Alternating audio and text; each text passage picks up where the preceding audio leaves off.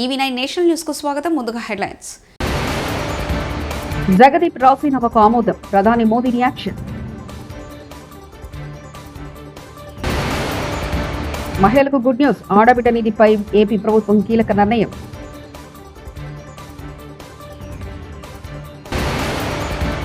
చంద్రబాబు ఉద్యోగుల గౌరవం కాపాడతారన్నారు కదా, ఇప్పుడు ఏం చేస్తున్నారు? చంద్రశేఖర్ రెడ్డి. నిండుకుండల శ్రీశైలం జలాశయం, ఒక గేట్ ఎత్తి నీటి విడుదల.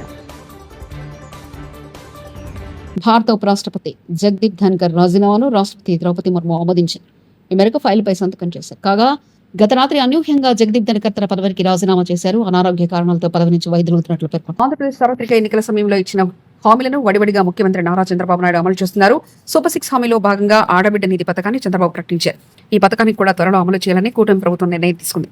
ప్రతి మహిళలకు ఆర్థిక స్వాతంత్ర్యం కలిగించడమే లక్ష్యంగా సీఎం చంద్రబాబు ఆడబిడ్డ నిధి పథకానికి రూపకల్పన చేశారు.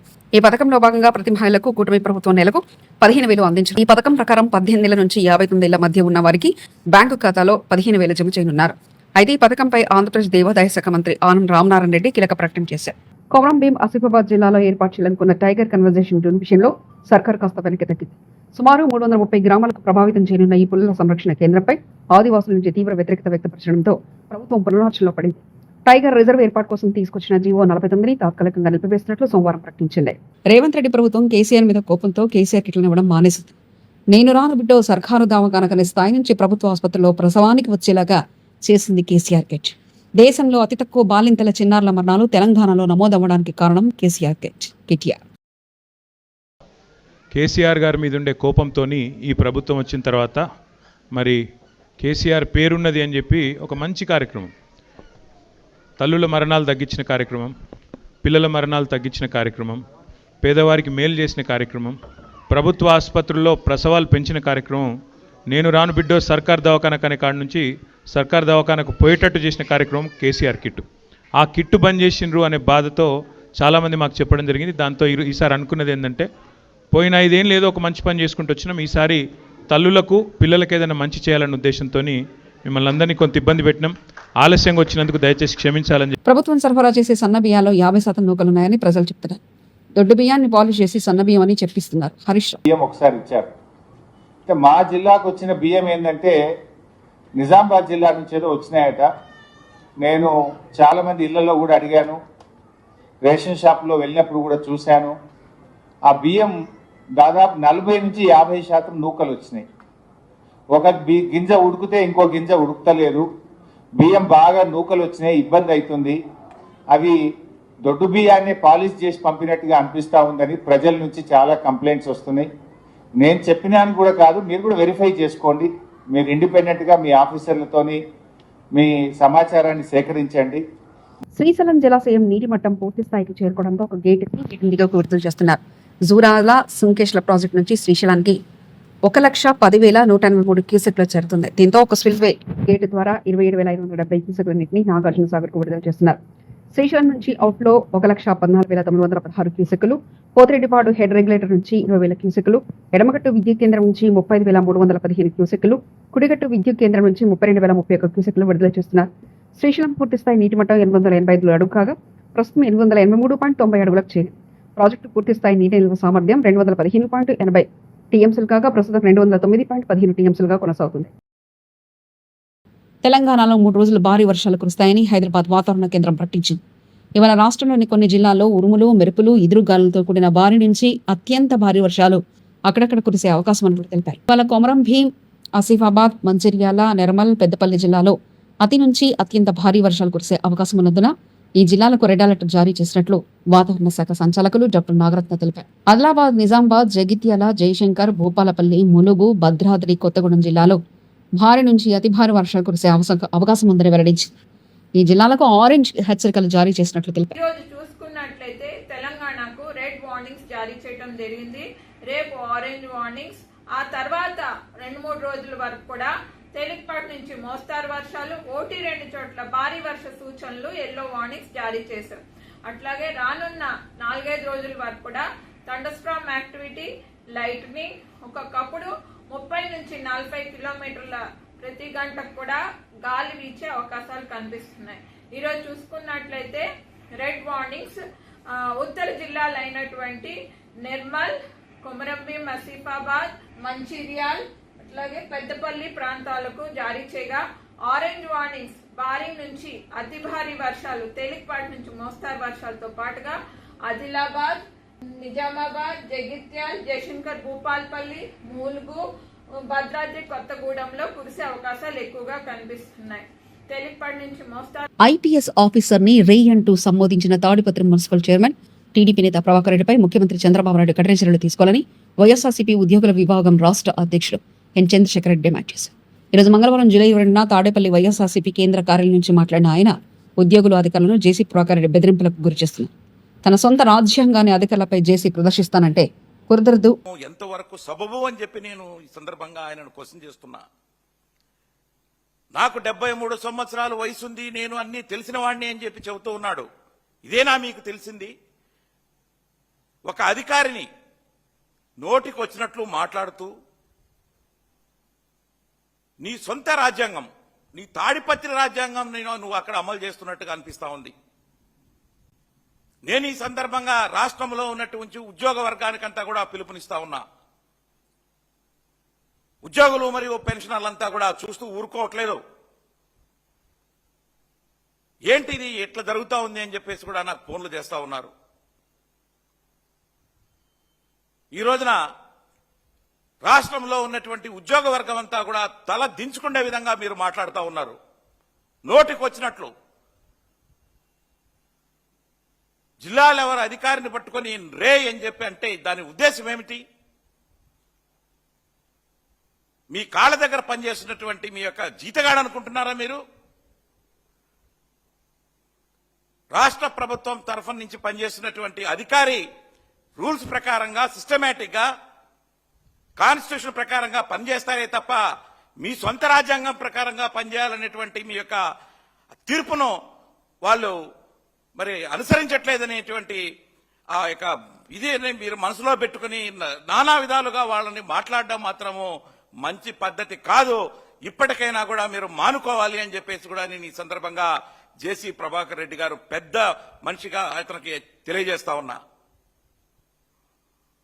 మరి నీ మీద కూడా కేసులు పెడతా అంటున్నాడు ఒక అడిషనల్ ఎస్పీ, ఒక ఐపీఎస్ అధికారి మీద. మరి లా అండ్ ఆర్డర్ అంటున్నావు, మాకు తెలియదా లా అండ్ ఆర్డర్ అంటే ఏంటి? దాని ఉద్దేశం లా అండ్ ఆర్డర్ మెయింటైన్ చేయాల్సింది పోలీస్ అధికారా, లేకపోతే మీ సొంత రాజ్యాంగం ప్రకారంగా మీరు ఒక మున్సిపల్ చైర్మన్ గా ఉంటూ మరి మీరు చెప్పినట్టు నడుచుకోవాలనా? అతి పడుతున్నావా నువ్వు? నీకు ఎంత ముట్టింది? ఈ సంగతి చూస్తాను అని రకరకాలుగా ఏందిరా నువ్వు? నీ పోలీసు వాళ్ళతో ఏం చేస్తావు నువ్వు? నీ ఆఫీసు ముందు ధర్నా చేస్తా, నీకు దమ్ముంటే నువ్వు మరి నీ యొక్క మందుకొండ సామగ్రితో అంటే మీరు మీ తుపాకులతో అడ్డుకుంటావా, ఏం చేస్తావో చూస్తా. నీకు దమ్ముంటే కాసుకో, రేపు నీ యొక్క ఆఫీసు ముందే నేను చేస్తానని బెదిరిస్తూ ఉంటే, ఒక ఐపీఎస్ ఆఫీసర్నే బెదిరిస్తూ ఉంటే ఇక చిన్న తరగతి వాళ్ళు ఏ విధంగా మీరు గౌరవం ఇస్తారు అని చెప్పి నేను ఈ సందర్భంగా అడుగుతా ఉన్నా. రాష్ట్ర ముఖ్యమంత్రి గారిని అడుగుతూ ఉన్నా. ఎన్నికల సమయంలో నానా విధాలుగా ఉద్యోగులకి మీరు హామీలు ఇచ్చారు. ఉద్యోగుల యొక్క గౌరవాన్ని నేను కాపాడుతా, నేను వస్తే అన్నారు. ఇదేనా మీరు కాపాడేటువంటి గౌరవం అని చెప్పేసి కూడా నేను ఈ సందర్భంగా క్వశ్చన్ చేస్తున్నా. ముఖ్యమంత్రి గారు ఒక అధికారిని పట్టుకుని దుర్భాషలాడుతూ రే నీ అంత చూస్తా, నువ్వు కాసుకో, నీ మీదే కేసు పెడతా అని ఒక ఐపీఎస్ అధికారిని బెదిరిస్తున్నాడు. ఒక చిన్న మున్సిపల్ కమిషనర్, ఒక తాడిపత్రికి చెందినటువంటి మున్సిపల్ చైర్మన్ అంటే మరి మీరు ఏం చేస్తున్నారు? ముఖ్యమంత్రి గారు మరి మీరు ఇచ్చినటువంటి హామీలని అని చెప్పేసి కూడా నేను ఈ సందర్భంగా క్వశ్చన్ చేస్తా ఉన్నా. ఖచ్చితంగా అతని మీద చర్యలు తీసుకోవాల్సినటువంటి బాధ్యత ఈ రోజున ముఖ్యమంత్రి మీద ఉన్నది అని చెప్పేసి కూడా నేను ఈ సందర్భంగా తెలియజేస్తున్నా. ఒక్క అధికారి కాదండి, ప్రతి అధికారి మీద నోటికొచ్చినట్టు మాట్లాడతావు. మరి ఇలా చేస్తూ ఉంటే ఏ అధికారి కూడా ఇంకా ఇది లేదు, భయభ్రాంతులకు గురి చేస్తున్నారు. ఎక్కడ వాళ్ళ మీద దాడి చేస్తారో, భయభ్రాంతులకు గురి చేస్తున్నారు. ఎక్కడ వాళ్ళ మీద దాడి చేస్తారో మేము నీతిగా నియమంగా పనిచేస్తే ఈ రాష్ట్రం కోసం కేంద్ర మాజీ మంత్రి కాంగ్రెస్ పార్టీ సీనియర్ నాయకులు చింతామోహన్ ప్రెస్ కాన్ఫరెన్స్. మద్రాసు రాష్ట్రం నుంచి ఆంధ్ర రాష్ట్రం విడిపినప్పుడు కడప కోటిరెడ్డి కడపను రాజధాని చేయాలని గట్టిగా కోరాడు. ఎన్జీ రంగా, తరిమిల నాగరెడ్డి తిరుపతిని రాజధాని చేయాలన్నారు. నీళ్లలో రాజధాని అమరావతి. 70,000 ఎకరాల రైతుల నుంచి భూములు తీసుకున్నారు. 3 పూటలా పంటలు పండే భూములు ఇచ్చేందుకు రైతులకు ఇష్టం లేదు. అమరావతి దేవతల రాజధాని. కోర్టులోనే ఎస్సీలు వాళ్ళు టై కట్టుకొని డ్రెస్ పైన ఉంటే పక్క వాళ్ళు సహించలేక కొట్టడం జరిగింది. మరి తెనాల్లో ఎస్సీలను పోలీసులే కొట్టారు, దారుణం. మరి ఈ విధంగా ఎస్సీల పైన అఘాయిత్యాలు జరుగుతున్నాయి. కారంచేడు, సుందూరు లాగా కూటమి ప్రభుత్వంలో ఎస్సీలు ఎవ్వరు సంతోషంగా లేరు ఈరోజు. ఇది వాస్తవం. అడుగు మంటతో ఉన్నారు.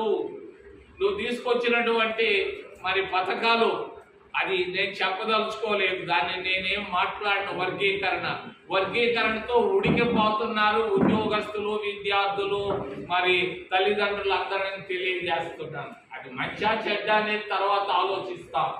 మరి ఈ విధంగా ఎస్సీలలో అసంతృప్తి విపరీతంగా ఉంది కూటమి ప్రభుత్వం పైన. ఎస్టీల పరిస్థితి ఇంకా అధ్వానంగా ఉంది. మరి అరకులో ఉన్నటువంటి గిరిజన ప్రాంతాల్లో మంచి ఖనిజాలు ఉన్నాయి. ఆ ఖనిజాలు దోచుకునే దాని కొరగా కొంతమంది దుర్మార్గులు ఎస్సీలు గిరిజనుల పురుషాంగాలు పోస్తున్నారు. ఇది దారుణం, ప్రజాస్వామ్య విరుద్ధం. దీన్ని నేను ఖండిస్తున్నాను నిశ్చితంగా.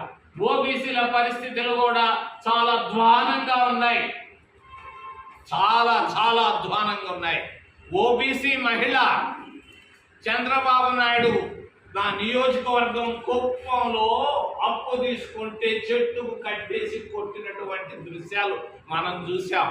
ఈ మైనారిటీల పరిస్థితి కూడా భయంకరంగా ఉంది. ఎప్పుడెప్పుడు ఈ ప్రభుత్వం పోతుందా అని చూస్తున్నారు. ఈ పరిస్థితుల్లో ఆంధ్రప్రదేశ్ రాష్ట్రంలో ఎస్సీలు, ఎస్టీలు, ఓబీసీల మైనారిటీల స్థితిగతులు అధ్వానంగా ఉన్నాయి, కన్నీళ్లతో ఉన్నారని తెలియజేస్తూ ఏదైనా ప్రశ్నలు ఉంటే అడగమని మిమ్మల్ని చేతులెత్తి ప్రార్థిస్తున్నాను.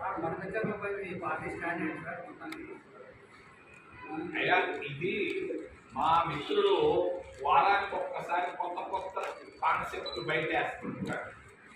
మరి ఒక వారంలో బనకచర్లు అంటాడు, ఒక వారంలో జీరో కరప్షన్ అంటాడు, ఒక వారంలో P24 P4 అంటాడు, మరి ఇంకొకసారి గ్రీన్ ఎనర్జీ అంటాడు.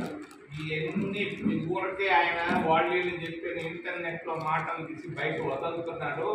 బనకచెర్ల రాయలసీమ జిల్లాలకి నీళ్ళు ఇస్తే సంతోషం. ముందు కృష్ణా జలాలు ఇచ్చి 25 లక్షల ఎకరాల భూములకి మాగాడి భూములు చేసిన తర్వాత నువ్వు కృష్ణా నది నుంచి తీసుకురా, అది గోదావరి నుంచి తీసుకురా, గంగా నది నుంచి తీసుకురా, దీనికి కావాల్సిన డబ్బులు నువ్వు తీసుకొచ్చి ఇస్తానంటే మేమేం కాదనం. కానీ ముందు ఈ 25 లక్షల ఎకరాలు ఈ 5 ఇరిగేషన్ ప్రాజెక్టులు పూర్తి చేయమని నేను డిమాండ్ చేస్తాను. జగదీప్ రాజీనామాకు ఆమోదం. ప్రధాని మోదీ రియాక్షన్. మహిళలకు గుడ్ న్యూస్. ఆడబిడ్డ నిధిపై ఏపీ ప్రభుత్వం కీలక నిర్ణయం.